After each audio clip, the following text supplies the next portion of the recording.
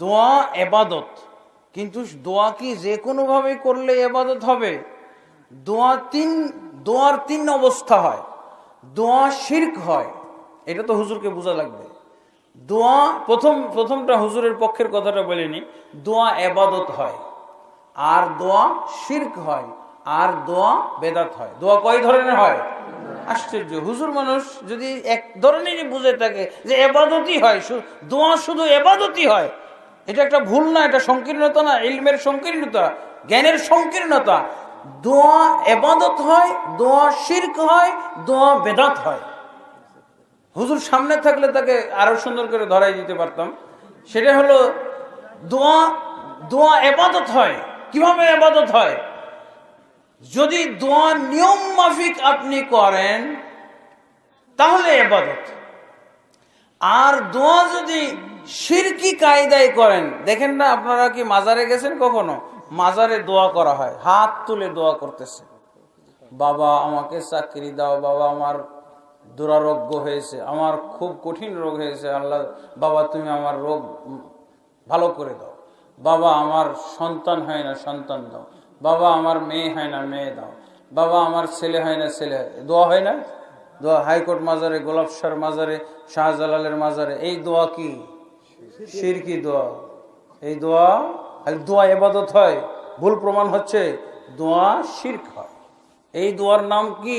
শিরক, ইবাদত নয়, বোঝা উচিত। আরেকটা দোয়া হলো বেদাতি দোয়া। বেদাতি দোয়া কেমন? বেদাতি দোয়া, এই যে বেদাতের আমি তিনটা মাপকাঠি বলেছি না, কম করলে, বেশি করলে, রদ বদল করলে। তা দেখেন, যেই দোয়া নামাজের পরে যে দোয়া করা হয়, এই দোয়া তো এবাদতও আছে, এই দোয়া বেদাত হবে। আপনি আগে জানেন, মসজিদে ঢোকার সময় আমরা কি দোয়া পড়ি বলেন তো? আল্লাহ মাফতালি বাবা রহমাতি। যদি এটা বাদ দিয়ে রব্বানা আতিনা ফিদ দুনিয়া পাঠ করি তো হবে না? কেন, এটা দোয়া না? দোয়া কি দোয়া নয়? দোয়া তো, কিন্তু কি হবে? আল্লাহ মাফতালি আবু রহমাতিকার পরিবর্তে যদি পড়ি তাহলে কি হবে? বেদাত হবে। দোয়া বেদাত না, চেঞ্জিং বেদাত। ওই যে তিনটা বলেছিলাম না, রদ বদল বেদাত, দোয়া বেদাত নয়। হুজুর বোঝার চেষ্টা করো, জ্ঞান আছে। দোয়া কেন বেদাত হবে? দোয়ার সেটিংটা বেদাত। দোয়া তো দোয়ার অবস্থায় আছে, কিন্তু এই অবস্থায় তুমি টেনে এনেছো কেন? তোমাকে কে টেনে আনতে বলেছে? এই জায়গায় রব্বানা আতিনা ফিদ দুনিয়া, রব্বানার এই দোয়ার জায়গায় থাকবে।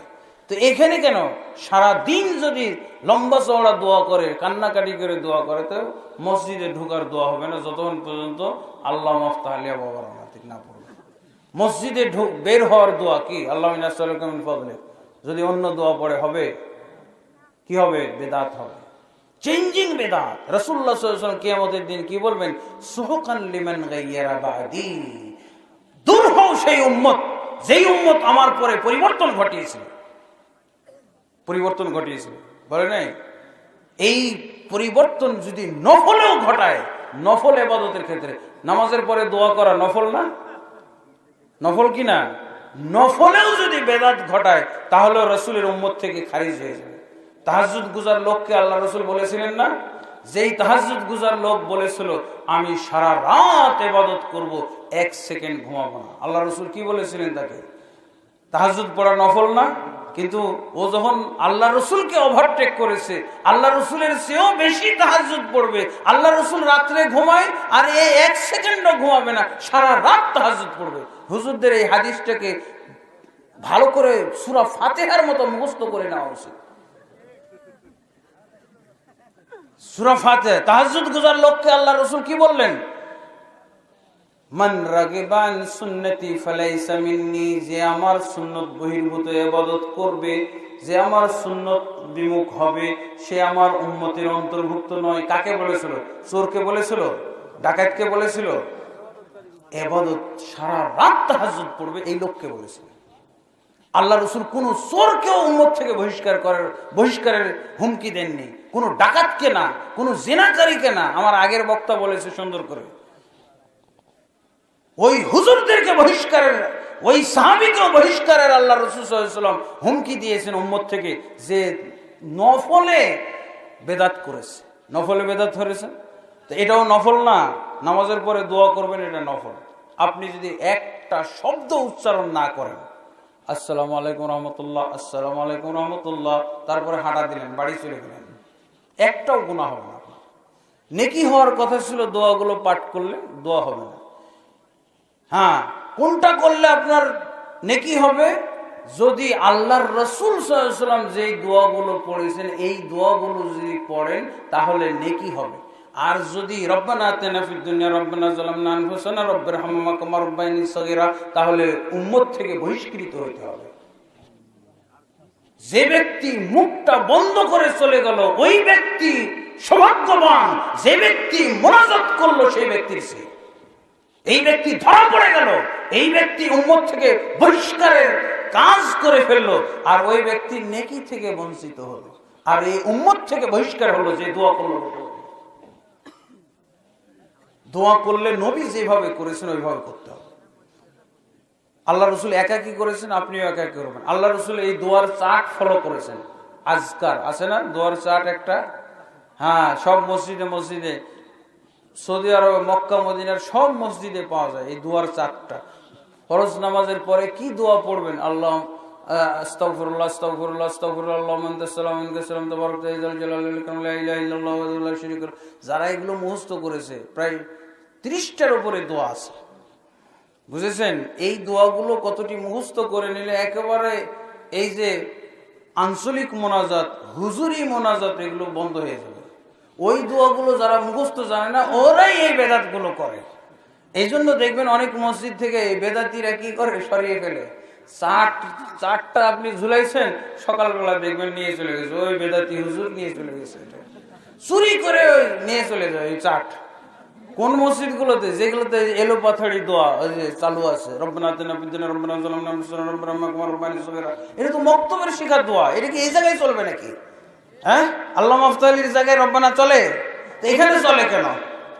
এখানে চলে কেন? এলো পাথড়ি দোয়া, মক্তবের দোয়া।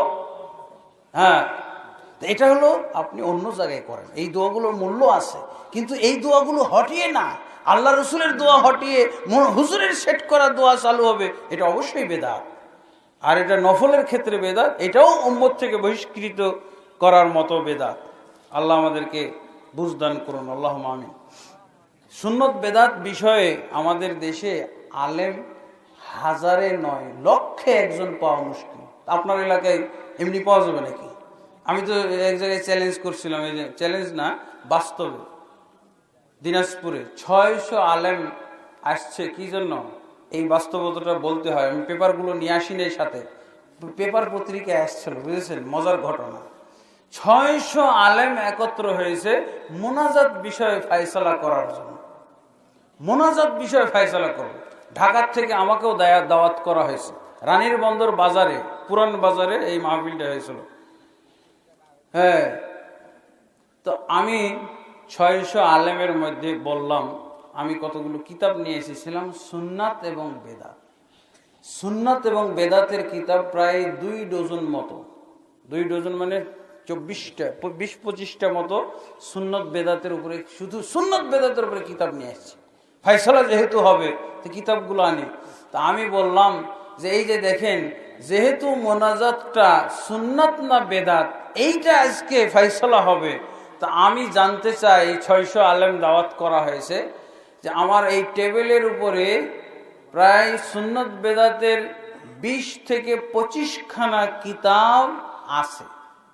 এই কিতাবগুলো দয়া করে আপনারা আলেম আছেন, এই আলেমরা দেখেন, এই 20 থেকে 25 খানা কিতাবের মধ্যে একখানা কিতাবও যদি কারো পড়া থাকে তাহলে সেই বসবেন ফয়সালার জন্য।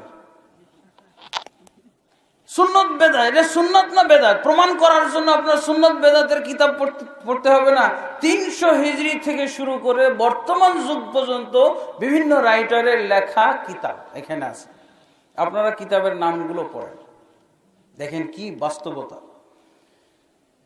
তারপরে আর একজনও আলেম খুঁজে পাওয়া গেল না, ওই কুড়িগ্রামের ঘটনার মতো। সাংবাদিক আনা হয়েছিল ওই এলাকার পত্রিকা, দিনাজপুর এলাকার পত্রিকা, দিনাজপুর রংপুর এলাকার পত্রিকা, দৈনিক তিস্তা আর আর একটা দৈনিক কর্তোয়া, দুইটা পত্রিকার সাংবাদিকরা সেখানে উপস্থিত ছিল। তারা মজা করে লিখেছে ফার্স্ট পেজে বিরাট হিডিং দিয়ে, তো 600 আলেমের একজনও পাওয়া গেল না। আল্লাহর কসম করে বলছি, আল্লাহর আসমানের নিচে আর আল্লাহর জমিনের উপরে বলছি, পেপারগুলো আপনাদেরকে দেখাবো।